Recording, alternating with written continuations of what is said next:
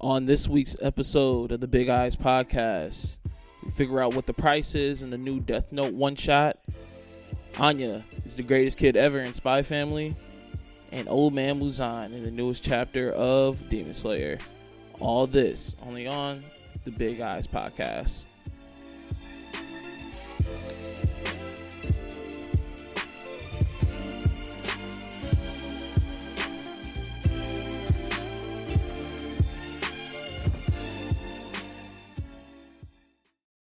I really enjoyed the Death Note one shot. If you have not read it yet, I advise that you do read it. The cool thing about it is how you really don't need to have extensive knowledge to kind of understand it and follow the story. That's pretty cool. Like, the story feels really fresh. It feels really renewed. Like, even when they're calling back to Kira, I like how he's literally a part of history during this whole timeline. He talks about like the new wielder Minoru Tanaka. He talks about like how he's a part of his ethics class, he's a part of history class. So it's cool to kind of how they make that callback there, especially when he even how he uses the Death Note. Making this posting of I have the power of Kira. When he has Ryuk hold up the paper to the news, the newscasting, and just the name alone has people shook. So I enjoyed how they kind of called back, especially if you're kind of a new fan or just started reading there in the middle of the series, whatever. Like, you could read this and it still feels fresh. It doesn't feel like you need to have too much knowledge behind it. But no, so really these events happen 10 years after the original Death Note series. Like I said, Ryuk's back on his bullshit. He's back to just being like, I want to mess with these humans.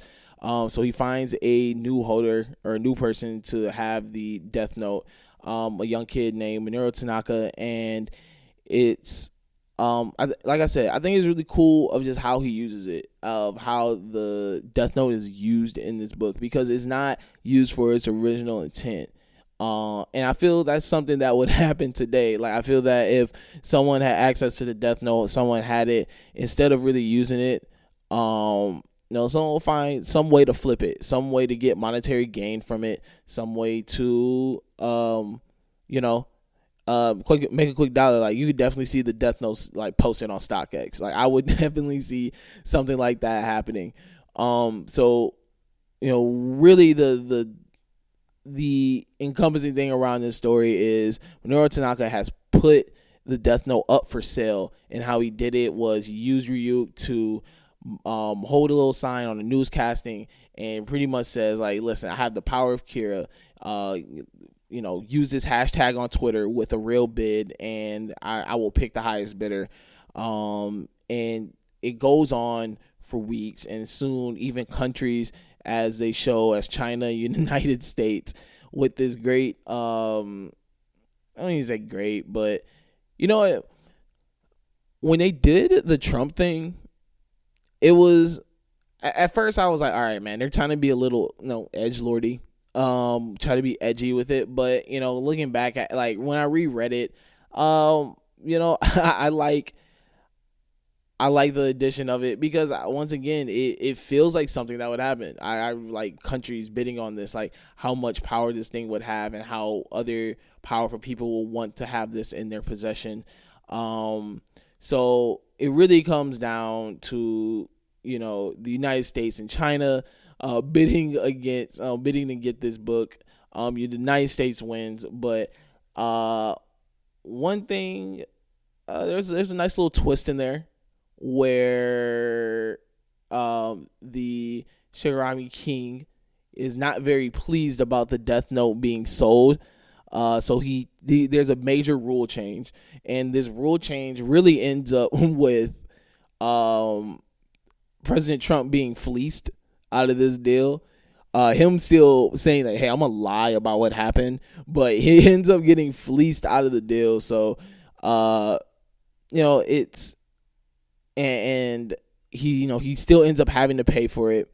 And what Minoru Tanaka really does with the money is he splits it up with all the people in Japan, are in this country, and you know, it is, this one shot is just really cool. It feels really modern. It feels just how something was done. There's, you know, he seems like this social justice warrior. Some people think that he's still a villain. They have this new L in there, which is really him though.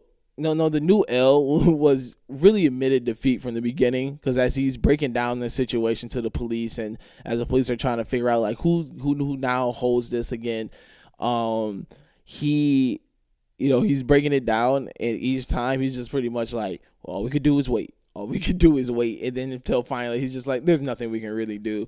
But no, I really enjoyed this one shot, especially as a person who I read Death Note later, and but as a fan of the series, as fan of this, I felt that it was cool. And I think one other big thing is that I kind of like how they didn't leave a big cliffhanger at the end or something to make it seem that this whole series is coming back. Death Note's one of those rare things where I think it's the perfect length. Even the anime is the perfect length of just they get this story out, and it's like they cut the bullshit.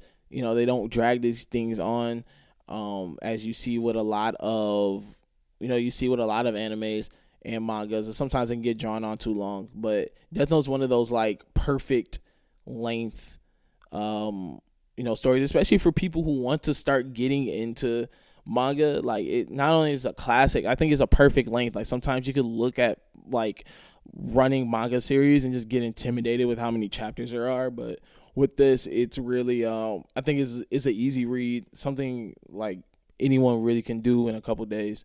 But no, this one shot, really good, really amazing.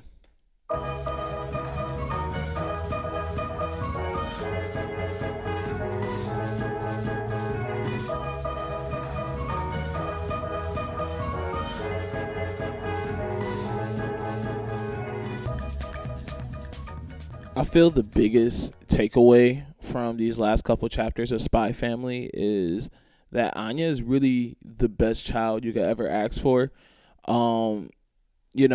She lies for you. She'll ride for you. She'll do a break and enter for you. She'll try to defuse a bomb as a 5-year-old for you. Anya, it really is the best child that you could ever ask for.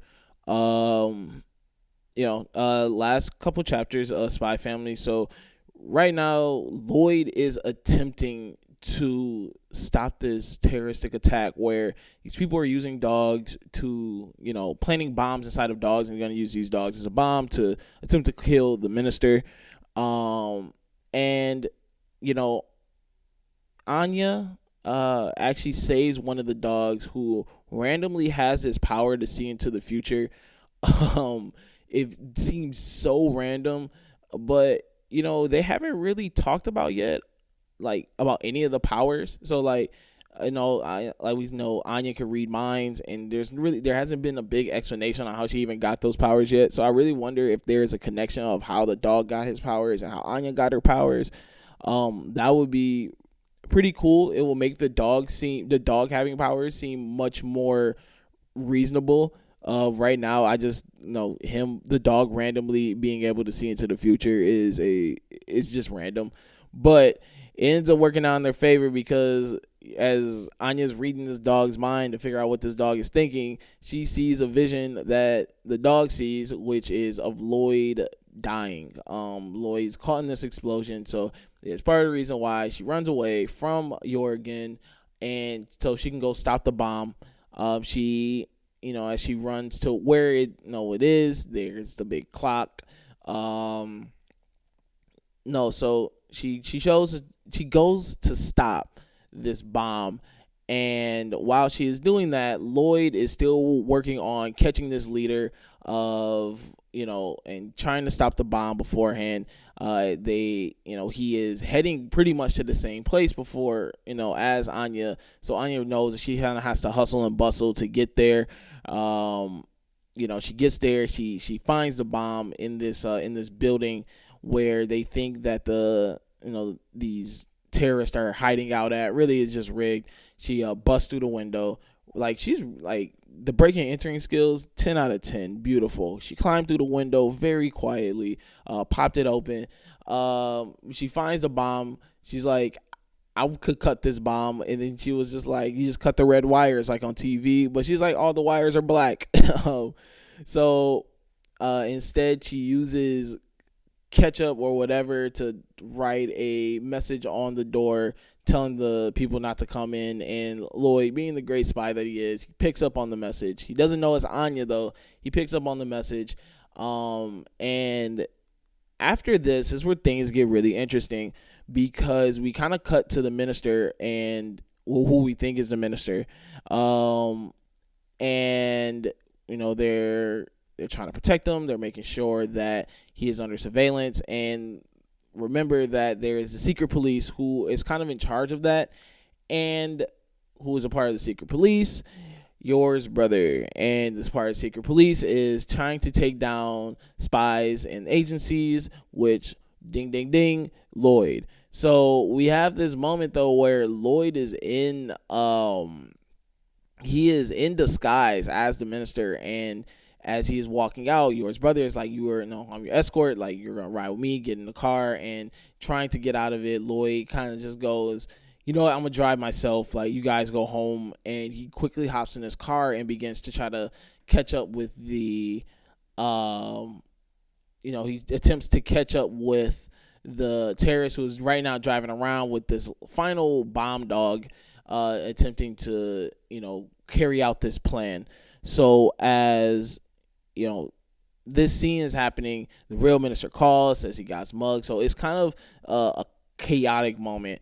And as Lloyd catches up to the terrorists, there is this like shootout scene, where then Lloyd has to get out the car, and he sends the dog to catch Lloyd, who he still is dressed up as a minister. I remember Lloyd's like this master of disguise, so he looks like the minister right now. It looks like this minister is just gone rogue and is attempting to stop this terroristic attack himself. And it ends with Lloyd ripping off the mask and about to shoot the dog. Now, here's where things get kind of interesting, because I took a look back at the chapter before. That's when Anya kind of figures out or sees the vision of Lloyd dying in this explosion.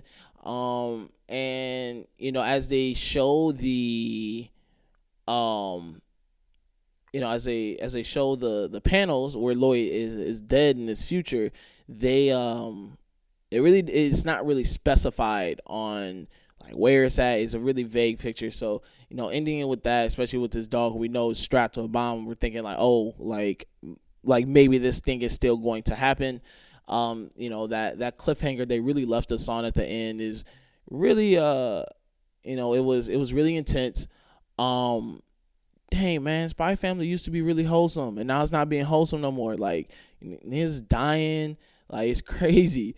But this chapter, really, though, we really got to give it up to Anya. Really MVP of these past couple chapters, of holding it down for her family, keeping secrets, just being the kid that you would want. This is the kid that you would want your kid to be. Anya is.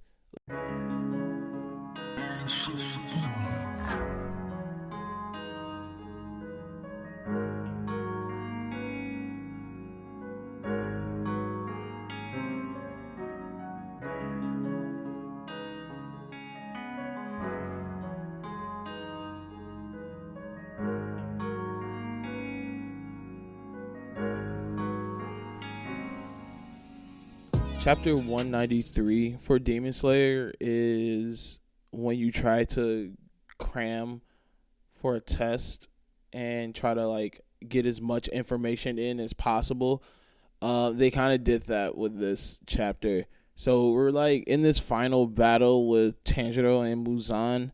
Tanjiro's finally woken up from his near-death state.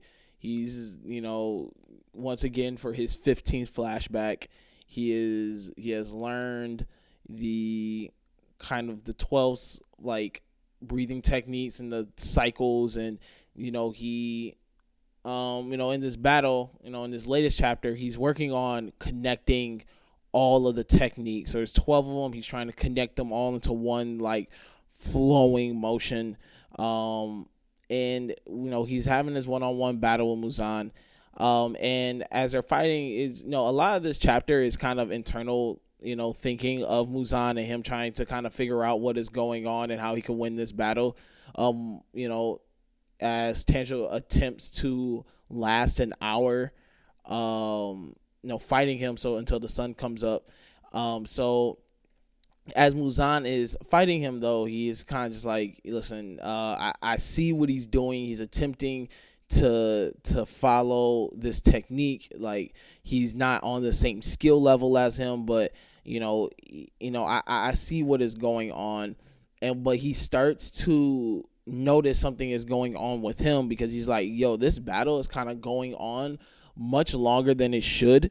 He is like, what is going on? Like, I should have been killed him. Like, he should be dead already. There's no way that he should be able to last on a one-on-one battle with me. And so he's like, once again, we go back to the doctor, to Miles, and he's like, I still have her cells in me. Let me pull her up, and see what happens. I love how Muzan just is always pulling out these insane skills, that he has. So he kind of, you see him go in internally and bring Tamao back to life. And he's like, what drug, like, what is in this drug that you put in me? Like, what is in this poison? And she's like, you have multiple brains, figure it out yourself. So he dives into her cells to pull her memories, and we figure out that the poison that she gave him earlier is not just was not just a poison to try to make him human again, but it was also it was a double poison, and it had an aging effect to it. And so we have this twist where Muzan his body is now aging at a much more rapid pace. We have to remember that he's thousands of years old, and even in here he was just like, I've aged 9,000 years. His hair is now all white. He is regenerating at a slower pace, and it ends with this chapter really ends with because the battle is still going on while he's talking, and Tanjiro finally at the end connects all 12 cycles, and he's like, all right, now I have to repeat this until dawn. I feel like that they could have really told us this aging thing so much sooner. It feels like it was just something thrown in to kind of like Muzan was reaching like OP territory. Like, he was really reaching, like, this dude is ridiculously overpowered.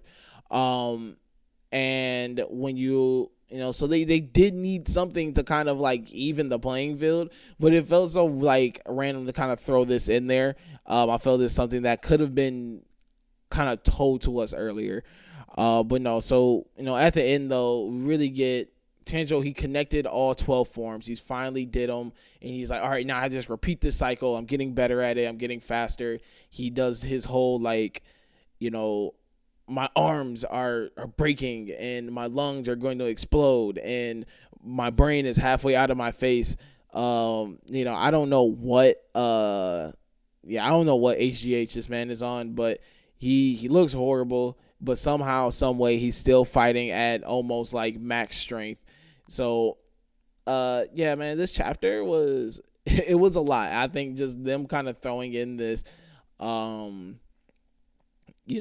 this aging thing while we're still trying to watch Tanjiro, connect all these the 12 techniques together, or 12 forms together, it was something. Yeah, it felt like a lot, but next chapter, I'm excited to see more, just kind of how this battle goes on. I'm pretty sure Nezuko is gonna pull up soon. I feel she is still running, on her Forrest Gump, and I mean, when she pulls up, I wonder how this will change things, especially now that she can, she's the one that can defeat the sun. So. She's a high commodity right now, especially for Muzan, because she pulls up. We don't know how his game plan is going to change. Is it, kill Nezuko, get out of there? Like, so it is, this chapter, although a lot, it was really good. I'm excited to see how they're going to set up for next one. I'm gassed. I smoke on the big blunts. Thank you guys so much for tuning in to this week's episode of the Big Eyes Podcast. Once again, you can follow me at Jamal SLM on Twitter. Follow the at RNC Radio Live page and follow the Lookout RNC page on Twitter. Big news before we conclude this. The Lookout RNC is now becoming its own feed, and Big Eyes will be joining the Lookout RNC feed and the team over there. So, very exciting. So if you're just a fan of anime, if you're a fan of manga, the Lookout's where you want to be at, man. We're pushing out and pulling out all types of content. I want to give the biggest thank you and shout out to Jeff and Mills. I can go on all day about those two guys, of just how much they mean to me and how just dope and fucking cool they are. But just big shout out to them, man. The Lookout season 7 is pulling up soon next week. So, man, I'm excited. I'm excited for them. I'm excited to join this team. I'm excited for everything that we're going to be doing at the Lookout. We are going to become your new one-stop shop for everything anime and manga. So big things coming. So Big Eyes, Lookout, joining the squad. Once again, though, I just want to thank everybody for tuning in. Thank everybody for your support. Stay plus ultra. Peace.